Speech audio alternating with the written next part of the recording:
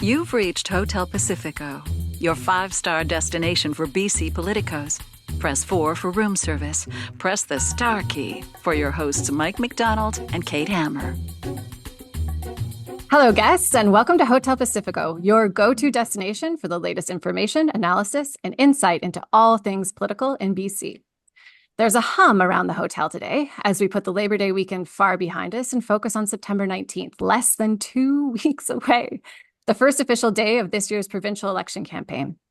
We'll be moving right into the hotel for the entire campaign, bringing you daily morning updates on what promises to be a wild ride, a wild electoral ride, I'll call it. And today, our bar lounge overlooking the ocean is hosting our first ever sitting premier, Premier David Eby.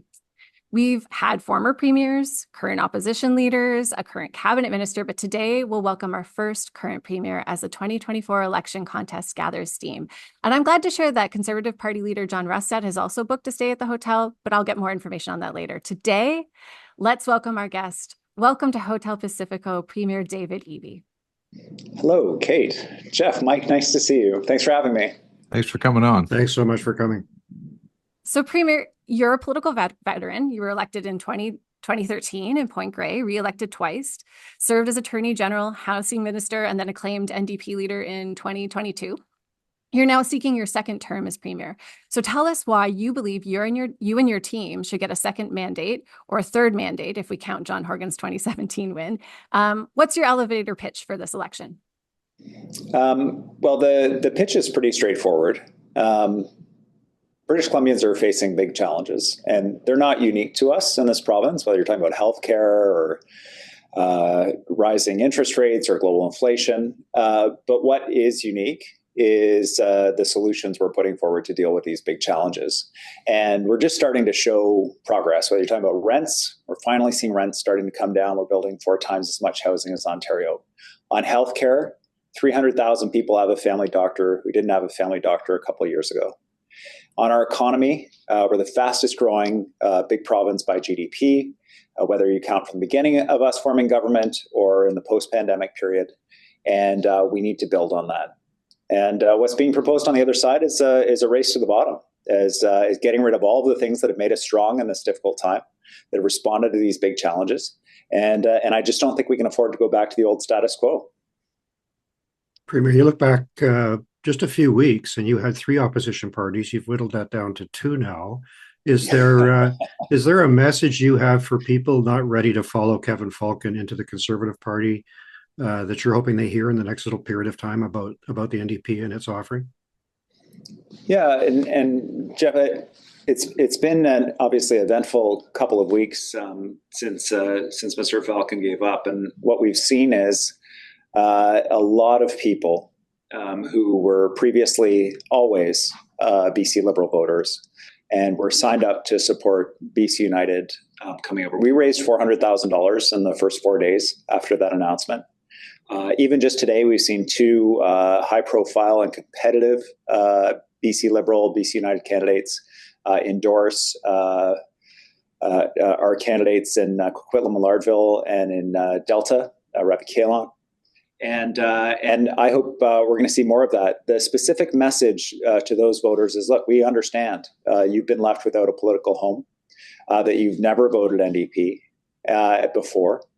But when you look at what's on offer here, I think that we can offer a home that makes a lot more sense for people who are BC Liberal supporters in terms of our shared values around where this province should go, whether you're talking about women's rights or how we partner with Indigenous people, or that climate change is real and vaccines save lives. Science is a good thing that kids should learn about. The commitment that I'm making to these voters is, if you vote for us, if you lend us your vote this election, you'll see responsible governance consistent with the values we all share, trying to build the province that we want to build together. And I think, and I hope, we'll be able to prove ourselves over the term that you'll stay with us. So you came in, I'm going to use the term when you came in as Premier, with some big get shit done energy, lots of legislation moving really quickly. And I'm going to pair that with the fact that you've been part of government since 2017 now. And the mood amongst voters, I will summarize as pissed. So with those factors together, how do you avoid how do you avoid governmentitis? Like, how do you avoid in your pitch? And do you worry maybe, like, you got to feel like for some voters, it sounds like you've got governmentitis, the guy who lists all the things they're done and they're looking at their lives going like, well, shit, didn't help me. Yeah, and I think that's a big challenge. You know, when we look at something that is totally out of the control of the provincial government, interest rates, for example, taking thousands of dollars out of the pockets of lots of people, whether through debt payments or mortgage renewals or whatever, you feel that immediately. And it's very challenging as a government provincially to take the place of that. So my hope is that a couple things will happen. One is by staying focused and acknowledging the very real challenges that people are facing. We got a lot more work to do here. We know that you and your family are struggling. We don't pretend to be perfection over here. But what we will do is be 100%. We know who we stand for. We stood for this group of people since we got elected in 2017. And that's for the people across our province that need support on affordability, that wanted someone to make sure that we're addressing issues like housing and healthcare and providing strong public services and building the economy. That's never changed for us. And I think, and I hope, and we'll see, you know, we're putting a lot of money in terms of a bet on the space on the table that says responsible governance, shared values, strong public services. And I believe that is a winning bet when it comes to British Columbians. And I believe it's a mistake to follow the latest trends on TikTok or YouTube or whatever is directing the yet to be announced conservative policy, but we can see in some of their candidates the direction they plan on going. I think we're making a solid bet compared to them, but the test will be the campaign. When people put their heads up in those final 30 days before the election and they say, okay, time to do my duty as a citizen, where are we going here? I'm very hopeful that our pitch really resonates with them, even despite the challenges they've been facing. Mr. Premier, you took on the premiership midterm. You've been there in the chair almost 2 years. What do you know now that you didn't know 2 years ago, having served in the office? And, you know, if you are successful in winning a new mandate, are there ways that you're going to put your stamp on government even more so in terms of maybe what you've learned in how you govern, structure, or anything that evolves government going forward? Yeah, great questions, Mike. And I got to imagine your time in the office, you've seen some of these things too. I think that the biggest lesson for me, and it's been a continual lesson from day one in government, is the length of time that things take. Whether that's, when you change a law, the amount of time before it starts to make an impact on the ground, or the amount of time that it's required to build something, everything from a school to a housing project to you name it. Having that urgency that Kate talked about, that I want to get a ton of stuff done, and that butting up against a seemingly sometimes endless array of challenges, from court challenges that you have to make your way through, on injunctions on things you're trying to get done, or whether it's a city that just doesn't seem to be able to get themselves to the place where they can approve the zoning to get the housing project built, or whatever it is. That continues to be a lesson for me. And the other is really about the capacity limits of the public service, and I would say maybe the public as a whole in British Columbia. As I look back over the time in government, if I have a critique, certainly of myself, it's not taking sufficient time to make sure that that we have all of the key players in place to be able to move as quickly as we want to, or expecting too much from the public service or a city to be able to absorb what we're doing. So the shift has been around really working to bring along the cities more carefully, bring along people more carefully, and understanding the limits of the public sector to be able to deliver the big changes that I know we need. We can't take our foot off the gas, but we will benefit from being quite targeted and strategic and recognizing coming up against those limits. just even on healthcare, for example, the amount of time it takes to train up a new family doctor, get them out in the field, get them practicing, identifying those short-term wins, the things that we can do quickly, but creating the space for the longer-term structural work we have to do. It's a very difficult balance. When I look at some of the really intractable problems that are out there, you've been pretty nimble about regrouping when you felt that was necessary. One was the Land Act, where you were pretty clear in your statements that you didn't think it was ready for, just needed more consultation, so that bill didn't go forward. Decriminalization, you've expressed your regret that was necessary, but thought it was an appropriate and necessary thing to do to change course on decriminalization. One where you've really stayed the course, but other politicians nationally have not, is the carbon tax, and it's a strong point of contrast between you and John Rustad. Are you having any second thoughts about the carbon tax, or how do you plan to deal with climate policy in the coming period, if at all? Well, I think when I look at the carbon tax, it worked well, I think, up until the federal government began to get involved in it. We've been pretty challenged by our relationship, Geoff, I think with Ottawa, around getting them to recognize some of the realities of BC. We've had a carbon price in BC for a long time. Our economy has grown, and it's successfully supported us in doing things like having more electric cars on the road than any other province in Canada and most other jurisdictions except for California, and really responding to and being a leader on climate change. But I do really worry that the federal government's actions on this have really, to forgive the pun, have taxed the patience of British Columbians on this. When you're facing dramatic cost escalations in your life already, and then you have to face additional costs, it's a tough pitch to people to make. And so, if there's a change in federal government, we'll have to have a look at it. We've got to make sure BC is competitive with other provinces in Canada, that people are supported with the challenges they face. But we also have to take on climate change. We can't pretend it's not a real thing. This is a massive economic opportunity for BC. When you look at our clean electricity, the products we produce here, the ability to pass right through tariffs that the EU might put in place around low carbon materials, or if the Biden administration's elected, the tariffs they're planning on putting in place around low carbon, it gives us a massive advantage to go through without any tariffs compared with jurisdictions that are using coal power to produce the same product, whether it's aluminum or anything else. And so I see a massive economic opportunity for us. I see a huge challenge around retrofitting for our communities to keep them safe.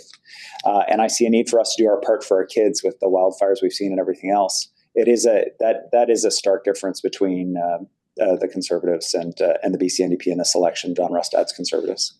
Mm-hmm. Can we stay on the topic of just evolving points of view, I think. And I want to, because we were talking before the show, the three of us, about our own experiences with people struggling with mental health, and some people who have become dangerous in different ways, and families around them who struggled with care. And I think you've been pretty open, finding care, for their loved ones. And I think you've been pretty open about your own kind of journey in involving thinking on the issue of involuntary care and committing people to involuntary care. And I want to couple this with the fact that it's interesting how, and one of, I think, the challenges for electeds is how much these conversations can change based on sort of single events that take over the news. And I think we saw that happen recently with the events downtown Vancouver and the one man who was killed and the other who was injured. Tell me a little bit, does that event have you reflecting at all on involuntary care? And what has that change in thinking been like for you? Well, the feeling I have about involuntary care is it's absolutely necessary for people. And not everybody, but there's a group of people that need that level of care.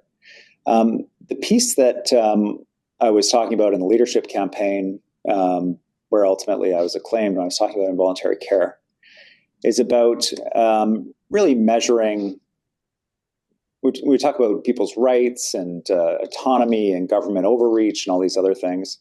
I just look at somebody who's lying face down on the sidewalk, who's been in and out of emergency rooms 2 or 3 times that week, or maybe even that day, and we're just, they're just in a cycle of until they overdose and die.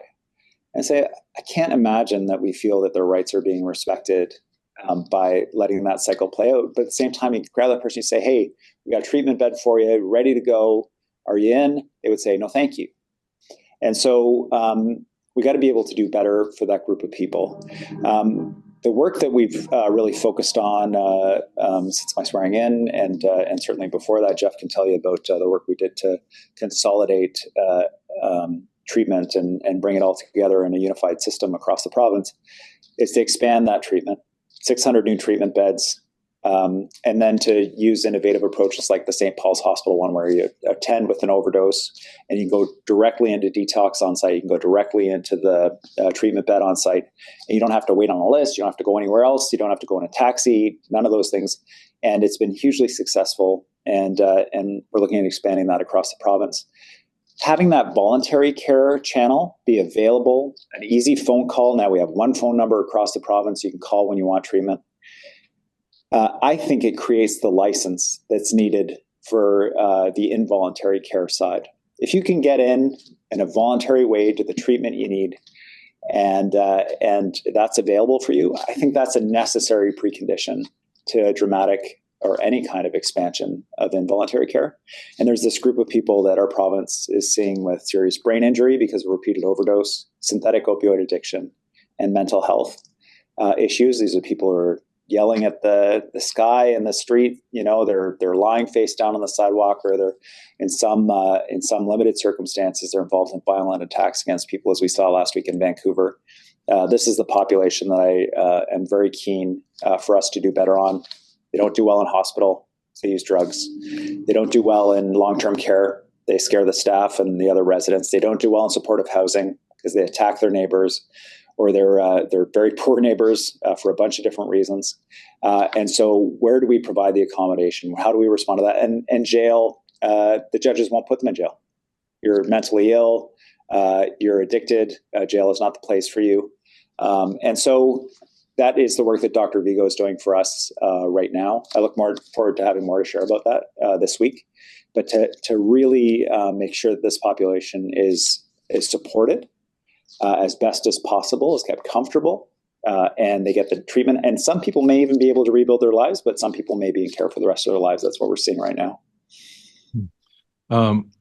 Shifting gears a little, Mr. Premier, you mentioned earlier that there are former BC United supporters coming behind the NDP. There's an open marketplace for those voters right now.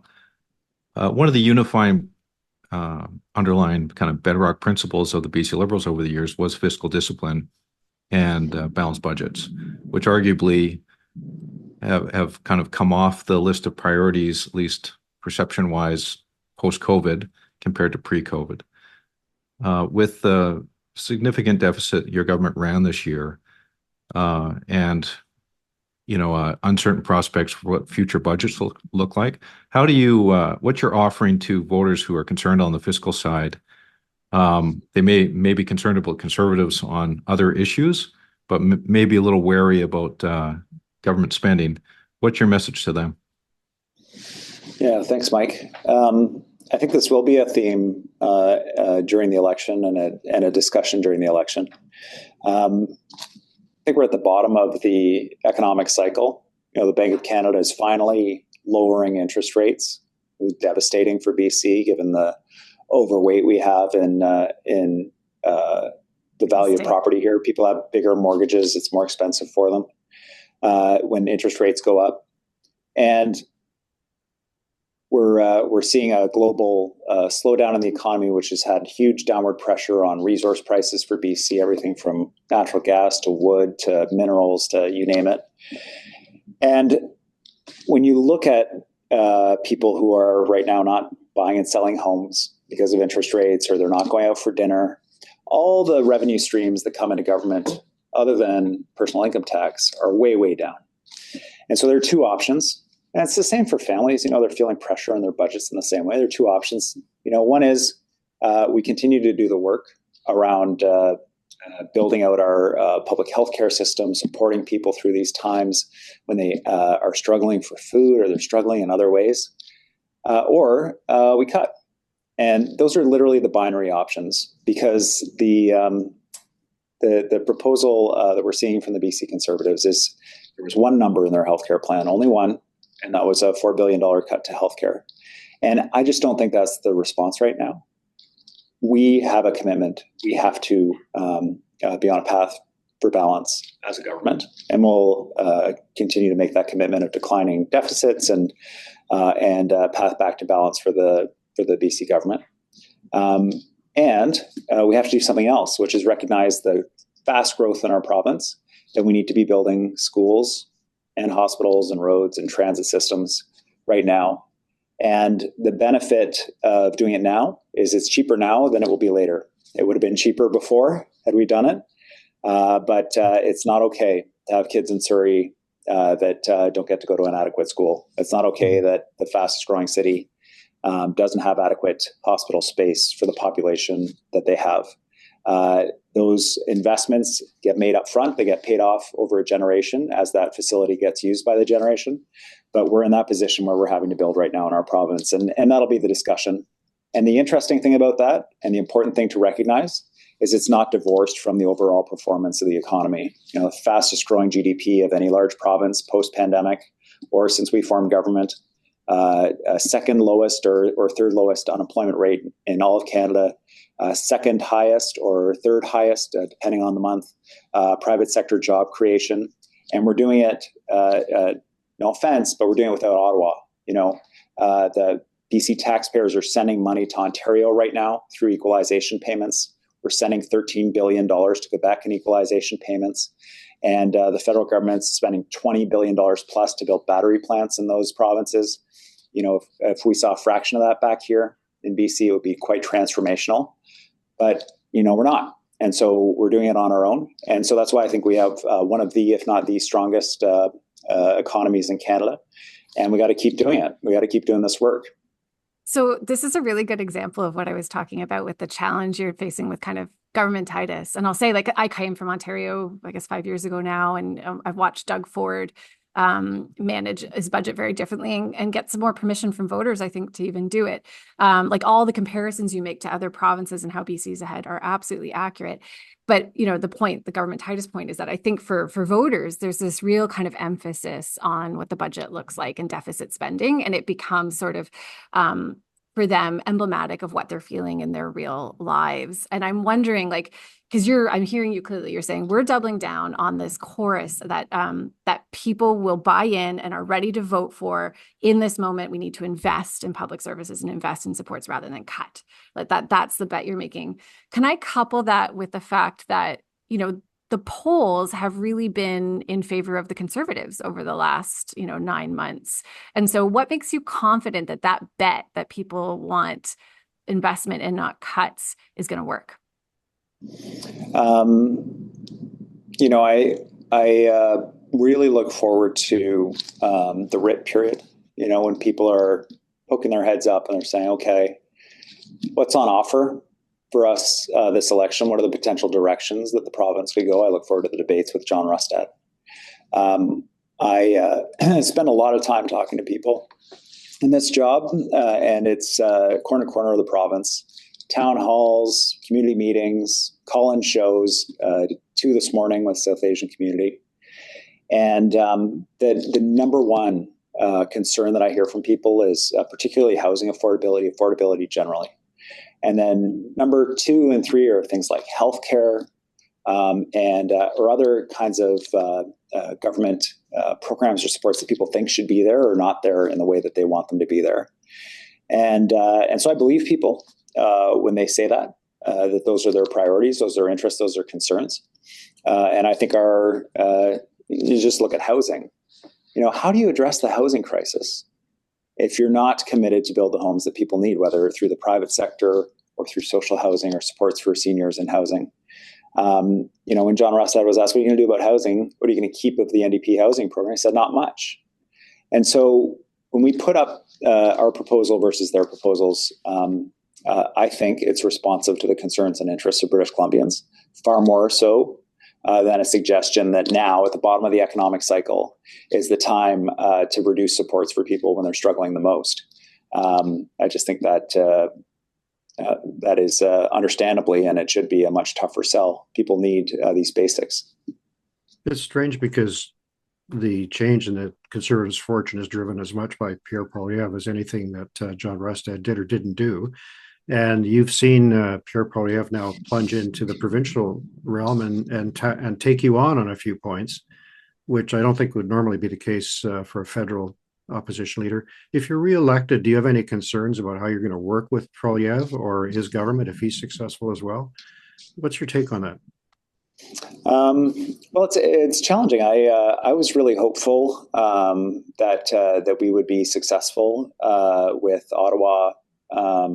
If I thought, okay, well, we just need to be out there more often. It's easy for them to forget about us. They're in Ontario. They're beside Quebec.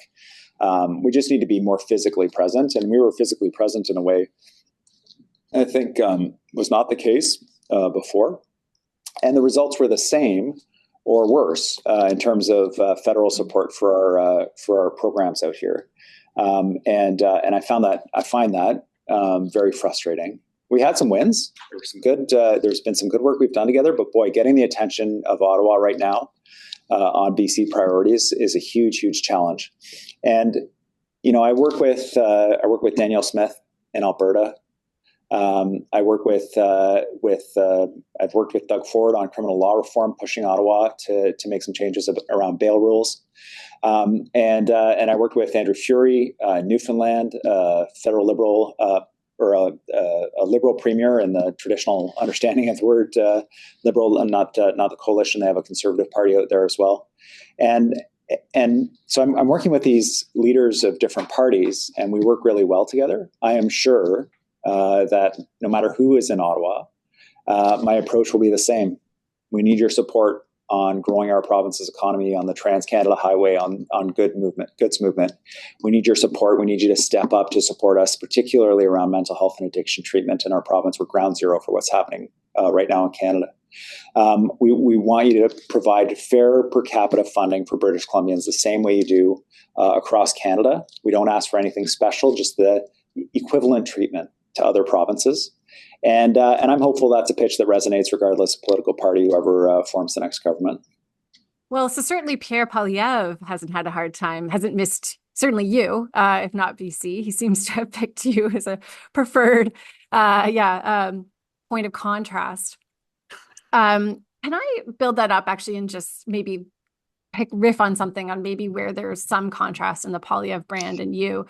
And sure. It's a question about elitism and the word elite and how it gets applied.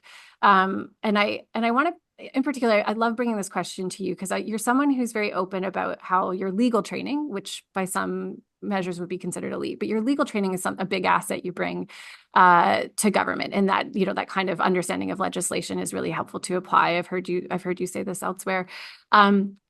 But at the same time, we do have folks like Pierre Poilievre, and I think to an extent Rustad, sort of really trying to own and be not the elite. And so I'm wondering from your standpoint, like, how did this become such a bad word? And do you think, and why do you think that term elite gets lobbed at you in particular? Well, I mean, I definitely see John Rustad trying a bunch of different things with me, and radical, elite. I don't know how you can be both of those things, but I do think that, and I would draw a distinction between the federal Conservative Party and the provincial Conservative Party. What we saw happen here between Kevin Falcon and John Rustad was transparently a group of people in the boardrooms of downtown Vancouver telling Kevin Falcon that he wasn't going to have their support unless he got behind John Rustad. And it was a forced marriage by the power brokers of Vancouver to the benefit of John Rustad. He was, instead of being in the legislature doing his job, he was in downtown Vancouver in luxury hotels with valet parking while these negotiations and discussions were going on to his benefit. And I think that kind of, I think that name calling in politics is like probably most ineffective, biggest turnoff to people of being involved in politics. And but if you want to apply the word elite to somebody and to a political party, the elite-driven forced marriage of at least Kevin Falcon with the John Rustad BC Conservatives, after a campaign of the better part of a year talking about how far out, bizarre, and unusual the social positions and the candidate recruitment process of the Conservative Party is a very good example of what turns people off about politics in relation to the elites. They feel like things are happening that they're not a part of, that don't benefit them, where decisions are made in back rooms about their future. And I think that is a very good description of what happened to Kevin Falcon's campaign and to the unification of the Conservatives in the United Party. Mr. Premier, I'm going to let go of that attack on valet parking and ask you a final question here. You're about to disappear into that mysterious bubble of 28-day election campaign, which I assume you are going to call on September 21st, unless you decide to call an early election. The window is definitely closing on that. Yeah, and you'd be attacked. No, but you're gonna have these strange 28 days ahead of you, which obviously your first election as leader. Who are you? Who are you calling at night or in the morning to check in and chew over the day's events? Who are those closest advisors that you're counting on to help you get over the finish line? Thanks. Well, I'm really fortunate to have an experienced campaign team that has run campaigns across the country and delivered some remarkable success for the BC NDP. Marie Delamatia is campaign director. She is exceptional and worked closely with John. Bob Doer is involved with our campaign again. He supported Wab Kinew in his election in Manitoba and is supporting us out here. But I have to say the number one person that hears both my anxieties and the things I'm excited about is my wife, Kaylee. I am very, very grateful to her for being that. I mean, it's a wild job, and things, you have a great day and then you have a day where it just feels like nothing bounces your way. And to be able to go home and know that we're in this together, that we're a team and we're partners in this is hugely rewarding. I'm very grateful for that. And she hears a lot of stuff that nobody else hears, and she's a vault, and I appreciate that very much. Doctor-patient confidentiality. Exactly right. Yeah, we've got solicitor-client and doctor-patient, so it's tight. Yeah, It's both tight ways. circle. Both ways. Yeah. Premier Eby, I want to thank you so much for joining us at Hotel Pacifico. It was great having you here, and I hope we have you on again someday. Yeah, thanks for having me. I look forward to that, and hopefully, if the people see fitting, I'll come back again as Premier, and I look forward to that. Guess it's September, and that means 3 things. 1, we are officially in the final days of the BC election countdown, but I doubt I have to remind any of you hotel regulars about that. 2, baristas across the country are reaching into the back of the cupboard for bottles of pumpkin spice simple syrup. 3, it's back to school season. For some families, this season is a fun time to pick out a new backpack or lunchbox. But for many, it's a stressful time when the cost of classroom essentials can really add up. Presenting sponsor TELUS believes that every child, regardless of their financial situation, should start the school year with confidence and the tools they need to succeed. The TELUS Kits for Kids program helps make that possible, providing essential school supplies to children and supporting families in need. Each backpack is filled with a pencil case, coloring pencils, HB pencils, blue pens, erasers, a flexible ruler, exercise books, and loose leaf papers. Since 2006, TELUS has distributed over 225,000 kits for kids across Canada, ensuring kids have the supplies they need to be successful. This year alone, they've helped 20,000 kids succeed with these essential supplies. To learn more, visit telus.com/kits for kids. Hello. You've reached the Hotel Pacifico Strategy Suite. All right, good to see you, Mike and Geoff. That was a fun hotel first, our first sitting premier. It's a big day at the hotel. Premier. It was a big day. 37th premier. That's our third premier now that we've had. Is that right? Christy, Glenn. Just making sure we mention Glenn again. Number 3. Yeah. Ding ding. Oh, John Horgan. John Horgan. John Horgan. Oh Horgan, of course, shit. yeah, Yes. yeah. Okay. Yeah, so he's our Yeah. fourth. That's our fourth. But first sitting, First you know, sitting, fun yeah. to catch him too, as he's just getting into the writ. You know, it doesn't sound like he's gonna go early. That ship has sailed. Then, so I That'd guess be hilarious if he did. Like, Or- just or call late. it. I was like, here, Or- on Calls it late. like next Friday. It's like, yeah, well, let's get this over with. That's just like, yeah, you know what? I want to go somewhere in October. Okay. No, good. And this is also, I mean, the other thing, it's the first time the three of us are together to really chat about the fallout of the decision by BC United to remove the endorsement of the candidates. And so let's spend some time there because, gosh, I don't know about you, but I think there's some things to discuss. Shall I? Yeah. Well, yeah, can I set you up? Can I set you up, Mike? Because I want to do a Game of Thrones reference and just talk about, you know, that we're emerging from the fire. I'm sure in the Venn diagram of politicos and Game of Thrones viewers, there's some overlap. You know, emerging from the flames of BC United, there are 3 MLA dragon eggs that have hatched as conservatives. Ian Payton, Delta South, Trevor Halford, Surrey, White Rock, and Millibar and Kamloops. So I think those are kind of the only 3 in that space moving over. But I think there's a lot more to pull out in terms of candidates. And then Actually, I'm going to stop you there. I What? don't think this is a Game of Thrones analogy. I think it okay. might be Succession. Mm. And I think Rustad is Tom Womgans. Oh, solid.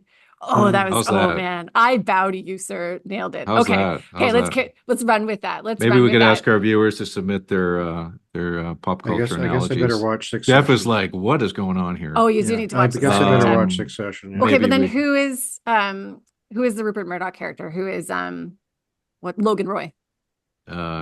He's that's the carcass of the BC Liberal Party. Oh, no. Anyways, Cookie I eating. digress. Go ahead. Yeah. Okay, so let's talk about who's moving where and how, right? Okay. There Yes, were a exactly. few who went up. Exactly. There The were a few Dragon who went Eggs early. hatch. I mean, there was still Well, a group okay. that had gone ahead. Yeah, right. Okay, let's go back to the beginning of time. John Rustad Months becomes ago. leader in spring of 2023. In September 2023, he gets Bruce Banham to come over and be Yeah. a second MLA. Yep. Then last spring, Eleanor Sturko and Lauren Dirksen, and then this summer, Teresa Watt. So as of pre-Kevin Falcon collapse, there were 5 that had crossed over. Yes. And then the dragon eggs had hatched, Mhm. if you will, Mhm. as part of the post-collapse, machinations, Mhm. were Ian Payton, Delta South, Trevor Halford, Surrey White Rock, Peter Millibar, Yep. and Kamloops Center. Now, in Halford and Millibar's case, that caused a movement of conservative candidates, with the conservative in White Rock going to Panorama, which led to a conservative in Panorama resigning in protest. And in Millibar's case, quite interestingly, the conservative went to Vernon, which is like Kamloops to Vernon. It's like, A you don't see distance. that. Yeah. And there was a BC United candidate in Vernon who'd been out there for a year, Kevin Acton, mayor of Lumbee, who did not take well to this and had already said he supported Falcon's decision and was willing to run as a conservative, but he has now decided to run as an independent. So some collateral damage on that one. In addition, there were some candidates from BC United that have slid over to BC Conservative. I don't know how many we're talking about, maybe 6 or 7. Kyle Giddens from Prince George Mackenzie stands out as one because that's a very winnable seat. And Kyle brings a lot of practical legislative experience as a former chief of staff. And already previously a Powell River Sunshine Coast candidate have moved over, but there are a number of others like shuffling chairs all over the place. So you've got inside the Conservative caucus now, I don't know, maybe 15 or so BC United candidates or MLAs that have now joined with the Conservatives. So there's a bit of a culture, morphine going on there. And then as for the retirements, Shirley Bond, Todd Stone, Jackie Taggart announced that they weren't running again. All What happened to significant. Corley Oaks? Do we know? Nothing yet. Corley Oaks is the remaining. I forgot to. We'll get to the Peace River guys in a second. Corley Oaks is the remaining one who we do not know her intentions yet. Doesn't appear that she'll be running as a Conservative, Mhm. but she hasn't announced if she's running independent. And then Mike Bernier, Tom Shiptyka, and Dan Davies have all launched independent campaigns. So that's definitely, we don't see this every election. And when you add Adam Walker into the mix, formerly the NDP, running as independent, I think this is the highest number of current MLAs running as independent in at least, I don't know, recent decades, maybe ever, I'm not sure. So, Right.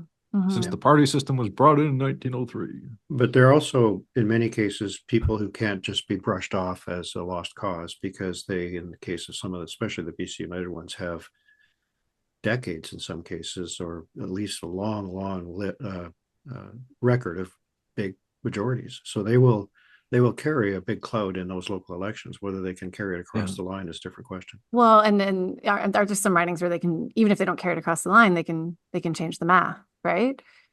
Because they're going to be trying. Yeah. I should mention there's some other BC United candidates that have said they're going to run independent. Wendy Ewan in Richmond has said that she would. I think some are still, Ashley Ramsey in Kelowna Mission. I think there are others kind of deciding. Now, I think on one hand, just to complete the thought, on one hand, if they had been running under BC United with a leader in the debate, arguably they would do more damage than if they were running as independents. I think there's some cases, there's kind of weird circumstances like that Vernon one I mentioned.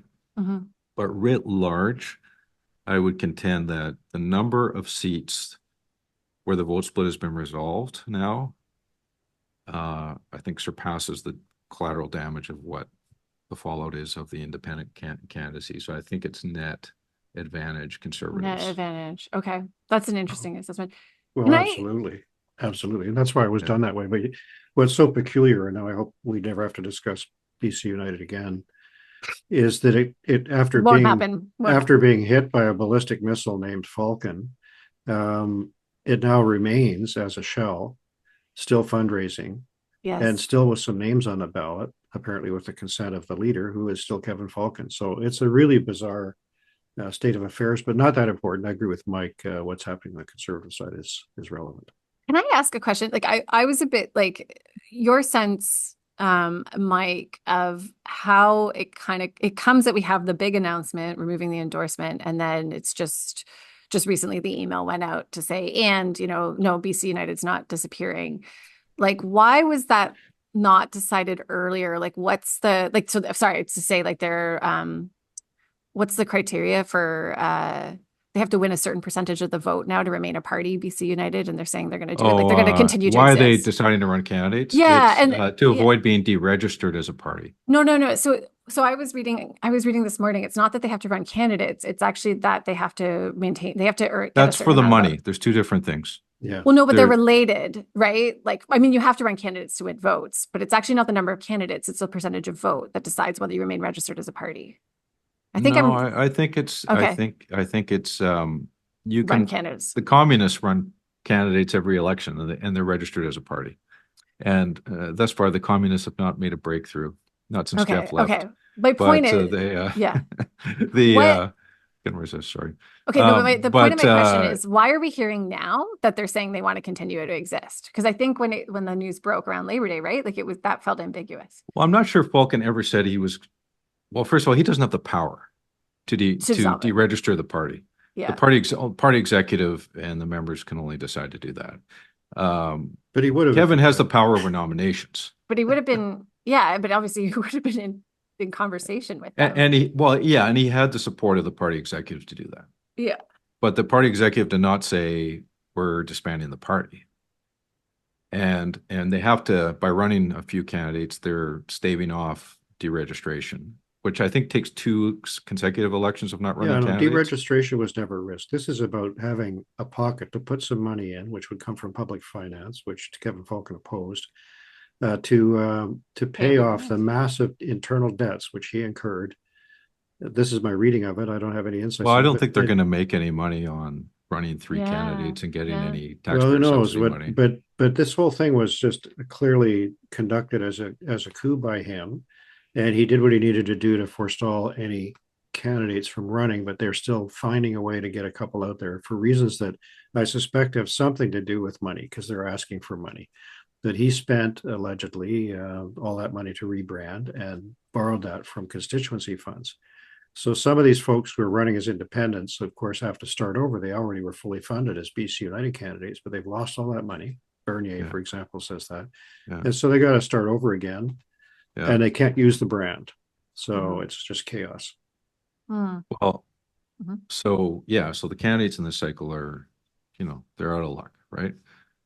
They've been abandoned by their party unless United decides to let them run as United, which if they're going to run some counties, obviously Falcon's probably going to choose to put United candidates in ridings where there's no vote split issue.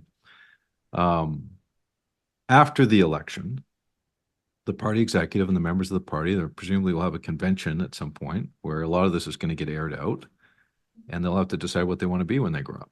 And they may or in their retirement, well, no, I would say they have some leverage because if they are potentially a check on the Conservatives. If the Conservatives, for instance, form government, there's always this looming specter of a BC Liberal Party that's lying in, much like the BC Conservatives were for many elections. There's this brand out there that one day could come back. And once Justin Trudeau is gone, or Pierre Poilievre's in power and the Liberal brand is a little shinier, it's happened before, obviously. So but they may not be dead, Mike, but they're resting, and I want to get the parrot theme established in this show. Yes. We'll be talking about Mr. Rustad in a minute. Are you referring to our clipping of the pet week? Parrot, right? No clipping yet. Wait. Oh, okay. Sorry, I was trying to cue the music. I want the listeners to hold that thought and then think about he brought up the real parrots. problem here is the Conservatives and whether they can function.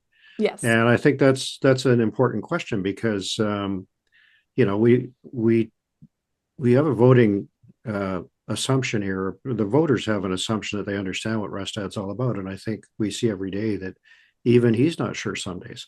And so the folks that have been allowed in, the last three, who've been kind of lifted up by the rescue ship into the Conservative vessel here, are going to be meeting a lot of people or not meeting many people.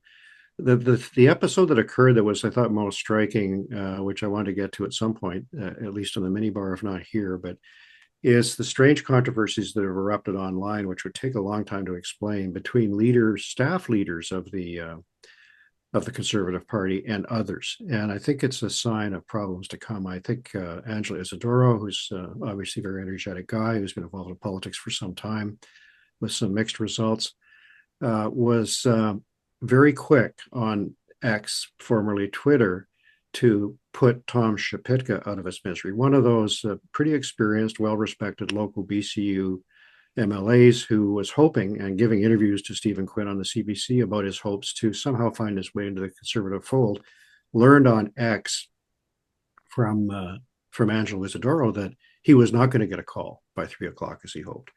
And I think that there will be lots of difficulty. Mike, I'd be interested in your reaction to this, from people who hope to be elected as BC United, maybe hope to be as Conservatives, reading their fate on Twitter from staff people who they've never encountered or perhaps had a conversation with. Well, and okay. I just think there's going to a lot of shaking down to happen yet on the Rustad side. I'll give you a tough love answer on that. How about that? Sure. The BC United team obviously misplayed their hand, and they were slow to understand the problem.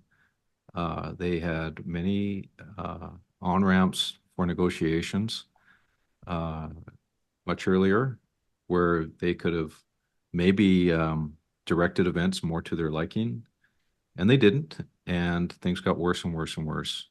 And we all remember the blow up in May where they put forward basically a 50-50 split between the ridings that the Conservatives rejected. At that point, they've been losing their leverage. Yeah. So, with all due respect to the MLAs involved, they were part of that.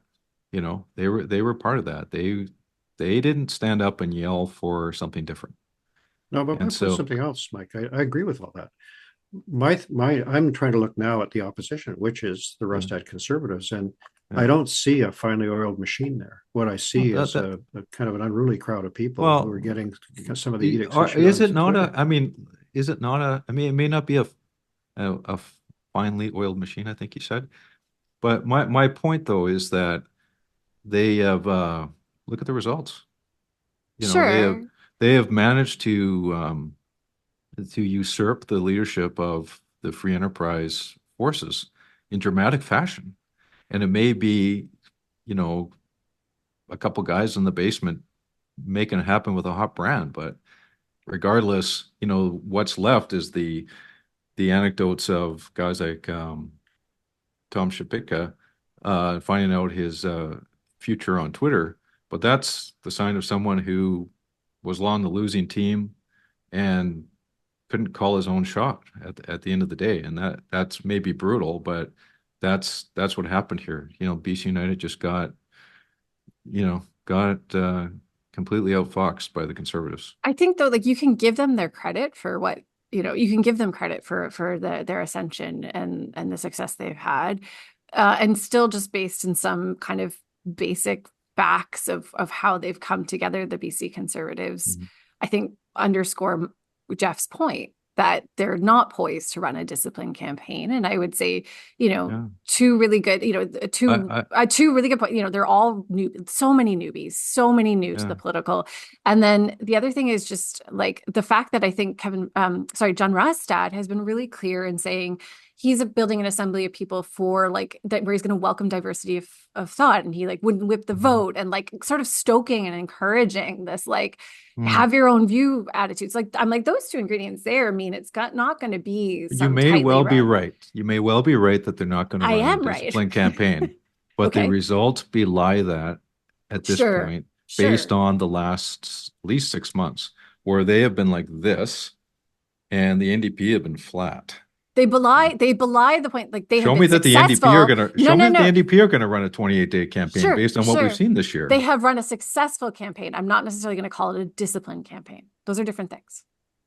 Okay, I'll take success over discipline. NDP flat is hanging in is hanging into competitive territory that we've always, as the Democrats, been in. What's happened on the other side is a battle on the other side.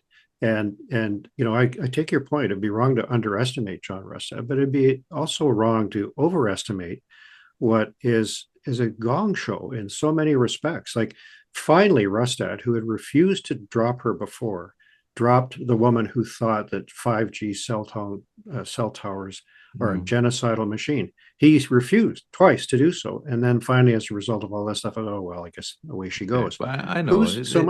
My question, Mike, is what is this Conservative Party and what forces does it really represent? Who's it speaking to? Because Rustad, and I think David Eby said it very well in the previous part of the conversation, was handed this by outside forces. He didn't do it on his own. They took Falcon and held him under water. They waterboarded him until he was prepared to surrender. And finally he did. And so what was it that they wanted from Rustad or from anybody that they don't think they can get from David Eby? What is the program that they want? And what is the program that Rustad can put together that brings together this very big tent of people who think that 5G towers cause genocide, that are against vaccination, hate deficits, that work took a long time. Are we putting 5G genocide and deficits in the same category here? Yeah, well, Rustad has to. I mean, we're not talking about a Gordon Campbell here. Okay. Gordon Campbell built a party very systematically. I want to talk about Rustad. I'm sick of folk.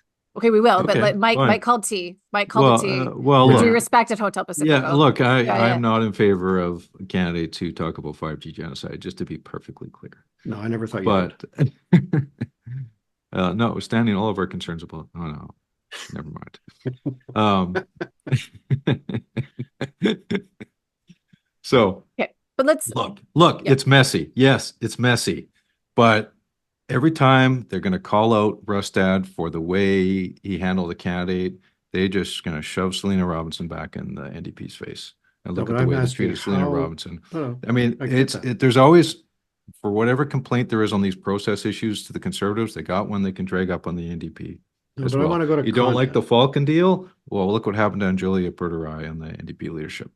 Okay, So, I but they mean, can't just that it's I want to put that in the rearview mirror okay. and say, what is the content of the Conservative Party under John Rustad, who, in spite of his long history in politics and stuff, is an untried character who has his senior staff, jumping on Twitter and causing chaos, in my view, unnecessarily on various issues. Okay. Like Yeah. how does it settle down? Where does it get Okay. from here? Well done, Geoff, because you now set up. We have a clipping this week. We have a clipping this week. It's Rob Shaw writing for Glacier Media, and it is a profile of Rustad that I hope everyone, of John Rustad, who I hope everyone has read. I'm going to pick out a couple of things. For me, I don't know John Rustad particularly well, and so I found it fascinating and interesting. I promise we'll spend some time on the parrot. But I mean, I think there were some other good pieces in there in getting John Rustad to talk a little bit about how much he sees, his political fates as tied to, the fates of Polyev, and how much is it luck, how much is it hard work, and some other pieces. I mean, I'm curious to hear from you too, and I'll start with you, Mike. Like, how much was new for you in this about learning more about John Rustad? The parrot is the owl. You're on fire today. Well done, sir. Okay. You know what? I thought it was, like these pieces often are. You learn something about them, about the person, as opposed to the politician. And I thought Rob did a good job of drawing out some of John's background. Agreed. Certainly, his wife Kim being an important player in his political life, we haven't heard a lot about. I know Kim a little bit, and it doesn't surprise me. She's a very successful person in her own right. And just the surroundings of where he lives, and he's a different kind of guy than lots of other politicians we see leading parties. He'd be the first premier from the north in 70, 80 years, so other than Dan Miller, but first elected if he's successful. So there's a lot to unpack. Rob did a great job, as he usually does, and to get a sense of it. I mean, where I think that the honest reconciliation is on John Rustad is, here's a guy who's been in power for 19 years, in office for 19 years in provincial politics, cabinet minister for 4 of them, always seen as a competent, intelligent MLA and minister. And he's now in a space on the populist side of things, populist right, where he's engaging with people who have unconventional views and views that many down here may find intolerable, right? Well, he's basically saying, you know what, it's okay to be a little crazy. I'll listen to you. I will respect you, right? And that's not where the BC Liberals were. They were kind of keeping that at bay a little bit, whereas this is exactly what Poilievre's doing too. They're just saying, come on in. And that's, how does he land the ship in the election campaign? Can he keep it together? And people are willing to just go with him on the big issues that they're concerned about, and willing to say, well, this is just noise or distraction? Or is it going to be a significant group of voters who are like, I'm just learning about this now, and this doesn't seem like something I'm interested in. Yeah. So you agree that the lack of discipline could be a risk? Well, is it lack of discipline, or is it they got the wrong strategy? It's, I don't know. Tomato, tomato. Geoff, was there something in this that that stood out for you? New info about John Rustad and Rob's piece? I want to explain the parrot, because I've been getting repetitive on that front.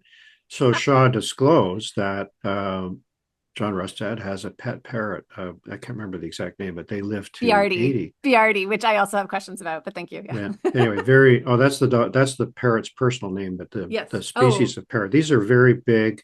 Wasn't it an African gray? In the picture, it looks like an African gray. Exotic, lovely, and quite intelligent birds. And this one expresses regret when he leaves and says, "Oh shit," when he returns. So there was an interesting sort of human touch there. But I think that to the point that I've been trying to belabor here, and that Mike is fencing around as well, is like, it seemed to me to confirm perhaps my bias that Rustad, having been kicked out, sat around for a while, probably talked to Kim and to other people and thought, why don't I do this conservative thing? What is there to lose? Like, it wasn't like I'm going to take over the Conservatives and challenge for premier. And cards kept breaking his way, and he's played them well. I'm not trying to take anything away from him. I think Mike's right to say it'd be wrong to underestimate John Rustad.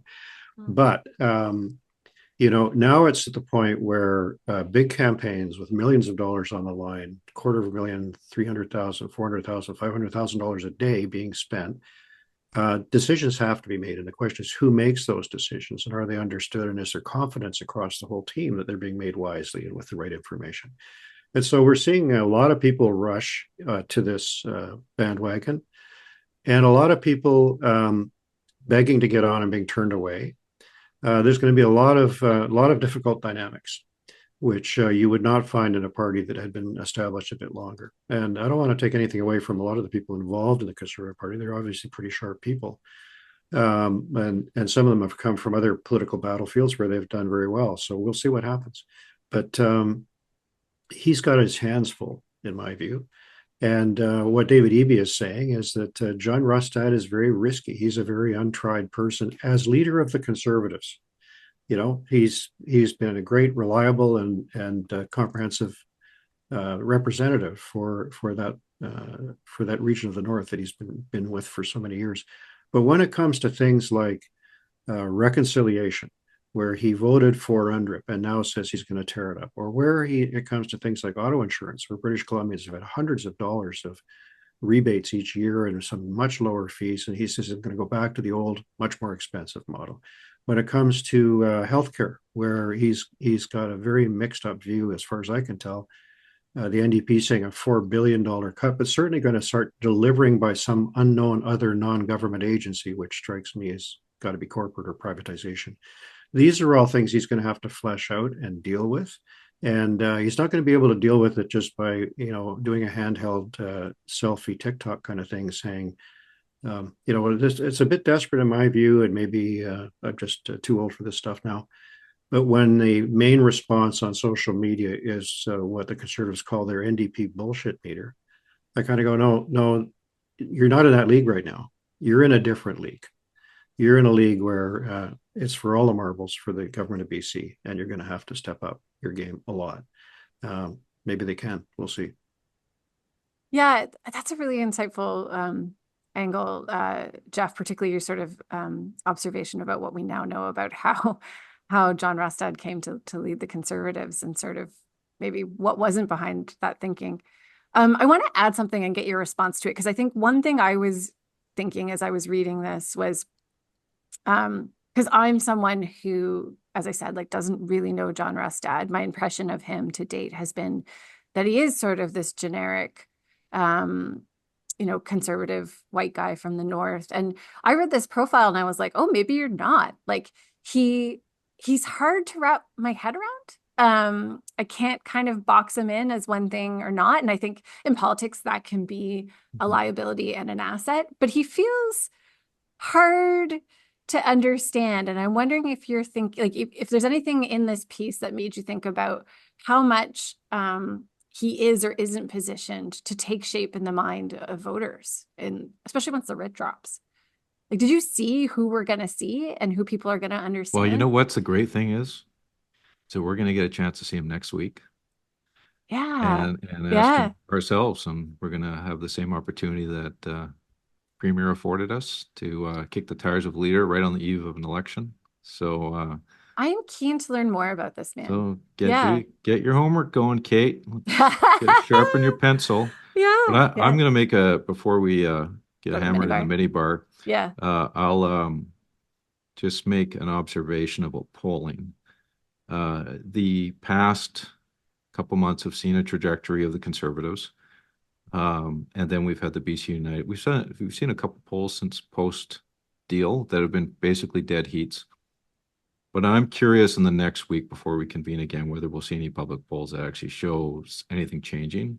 I would not be surprised to see the Conservatives ahead, just based on the trend line. or maybe I want to know if they've hit a plateau or whether they're going to keep going, or whether the NDP have benefited from BC United collapsing. So that's something to watch for. I'll be watching for that. But Yeah. Right Mike, now, what would your take Yeah. be though? This pool of people that David Eby is talking about, who are yeah. potentially NDP voters, they're not very Mm. numerous, are they? It's not a very big pool, is My hot take is that it's former BC Liberals in more urban ridings like Victoria, Vancouver, that are going to be more drawn to the NDP, and Unless affect the and that may help them shore up ridings like Yaletown or Oh, okay. Langara or something like that. But I think BC Liberals who are federal Conservative voters still supporting BC United, or that's a lot of party labels in that sentence. You get the drift. That will benefit Conservatives elsewhere. So yeah, Right. I don't know. We'll see. I mean, I think a lot of it's just like, who's up, who's down. Yeah. People going with it. But anyway, I'm getting pretty Yeah. Kate. Well, and I think there's a bunch of folks out in the field now. I predict a poll deep dive for us for next week. So Sure. let's look forward to that. All right. And now we grab a drink. Hydrogen. We're hearing more and more about it all the time. Last time I spoke about the early days of British Columbia's gas energy system going back to the 1860s. I also spoke about how our sponsor, FortisBC, is looking at new ways to move our energy system forward by working with farmers, local governments, industry, and Indigenous partners to develop renewable, low-carbon and gas projects right here in BC and elsewhere. Now, what does that look like in practice? Earlier this summer, FortisBC announced a funding agreement to support the development of hydrogen technology that would see zero-emission hydrogen and solid carbon being produced from natural gas at a low cost. FortisBC, through its Clean Growth Innovation Fund, is providing funding to VulcanX for the development of its proprietary technology. VulcanX is a company that was spun out from Merida Labs at the University of British Columbia, and has developed the technology to separate natural gas into its components of hydrogen and solid carbon. That's way above my pay grade. Funds from FortisBC will be used to support the front-end engineering and detailed design of a potential facility capable of producing up to 1 ton of hydrogen per day. Now, why is FortisBC making this investment? Amendments to the Greenhouse Gas Reduction, Clean Energy Regulation empower utilities like FortisBC to help establish and grow the hydrogen sector in BC. Through the regulation, FortisBC can directly invest in hydrogen production as well as distributing it as an energy source. FortisBC believes that hydrogen has the potential to play a significant role in the lower carbon energy future and can help meet the energy needs of British Columbians while supporting the goals of the province's Clean BC strategy. FortisBC, energy for a better BC, and a better podcast. Let's raise a glass or take a shot. Time to raid the minibar. I'll start. All right. I'm parched. It ties in with all the deal discussion, and the BC United collapse is obviously it's very unsettling and troubling for a lot of people who have been part of that party and who felt comfortable in that party and had to make some difficult decisions as a result of it. And I think I covered off previously some of the people that decided to pack it in and retire. But I will single out one person who decided to stick with it, and that's Peter Millibar. I'll raise a glass to Peter Millibar. And I'm not, the point I want to make here is I think Peter and those, obviously the other colleagues who, Ian and Trevor and others who went along with him too, but Peter in particular is two-term MLA who has been the House leader, been finance critic, former Mayor Kamloops, frankly, I think is a big add for the Conservatives to onboard him in terms of the depth that he brings to the team.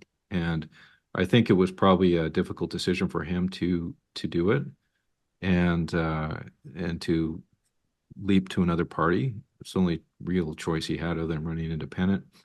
And I think, well, that's if the Conservatives actually do win this election, I think we'll be better served as a province to have someone like Peter Millibar being part of that experience. So, anyways, I'll raise a glass to Peter. That's awesome. And potentially even if they don't win the election, in terms of how the new party shapes up, maybe like. Well, if they don't win the election, then we'll have a whole strategy suite on what happens next. Yeah, absolutely. All right, Geoff. Well, I'm going to continue on the theme too briefly because I'll just get it out of my system and then try not to come back to it. But Get it out. I'm just full disclosure. From time to time, stuff that I write is picked up by the Tyee, but I have not discussed what I'm about to say with anybody at the Tyee or anybody else. But in the last couple of days, two senior staffers on the Conservative campaign, one's Angela Isidoro, who we talked about briefly, and the other is a guy named Anthony Koch, who I don't know, but both are considered, and I have no reason to disagree, very talented up-and-coming Conservative operatives. One's the executive director of the Conservatives, and the other is the communications director of the campaign. That's Anthony Koch.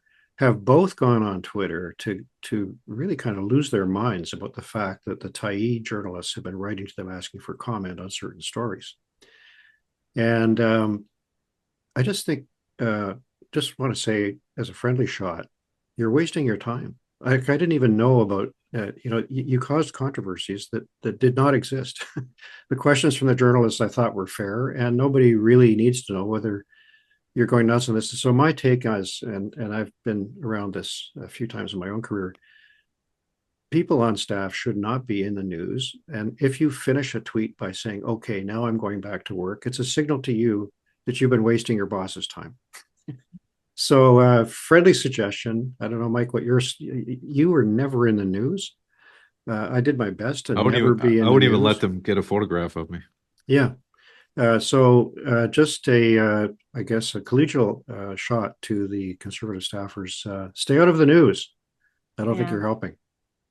As someone who once had to phone up Doug Ford and ask him if he had in fact been a hash dealer in high school, which for the record, he fully denied. And there's a really good reason why I had to do that. And I have to say, the way Doug Ford denied it made me feel like we should go have a beer afterwards. It was artful. And there is a way to deflect a journalist that you completely disagree with that is not a social media rant. We can get into a whole discussion about the Tyee versus the Globe and Mail. Sure. Well, sure. No, yeah. And even then, but even then, I think reporters have a duty. I don't know. There's an even then. Okay. This is another episode. We will come back to this. We will come back to this. The former journalists that we're gonna. Mike is muttering to himself. So fine. Oh shoot. There's a few things I want to do this week. I have to say, when I was on the beach in Tofino on holiday, I feel like mini bar, like shots and glasses were coming to me constantly, and I've got a backlog. But I think this week, because we didn't get to it in the show, I think I do have to raise a glass to the Green Party for the promise of free transit province-wide. Yeah, and the boost to service and serving different regions. I just think, and we could talk about this more, maybe we will come back to it, but it's exactly what they should be doing. And I think they rolled it out well and rolled it out in a well. So you're not endorsing it as good public policy. You're just saying it's good politics? Okay, so it's definitely good politics. Public policy, arguably. It was interesting because I was thinking of Brad West, because this is functionally what he's saying, right? I was like, sort of, this should be climate policy. Glenn Clark, similarly, like, it's an interesting space. I don't know that transit can afford to give up revenue streams right now. I know. Trying to stay alive. But maybe that's the case for it, because they're not going to survive anyway, collecting their $3.25 a pop right now. So I think there's something to talk about. There's another deep dive we can do too. They're just comparing different transit systems and how they're subsidized. And I think a deeper discussion on this, but I'll stick to the politics because Mike's going to jump down my throat if I don't. Let's just say, great politics, well done, no notes. My glass is raised to the Green Party, the BC Greens this week. Okay. All right. That's another great episode for us at Hotel Pacifico. I want to thank our guest, Premier David Eby, for joining us today. I want to thank our presenting sponsor, TELUS, and Fortis BC. We will see you next week, guests. BC, you can never leave. Checkout time at Hotel Pacifico. We hope you enjoyed your stay.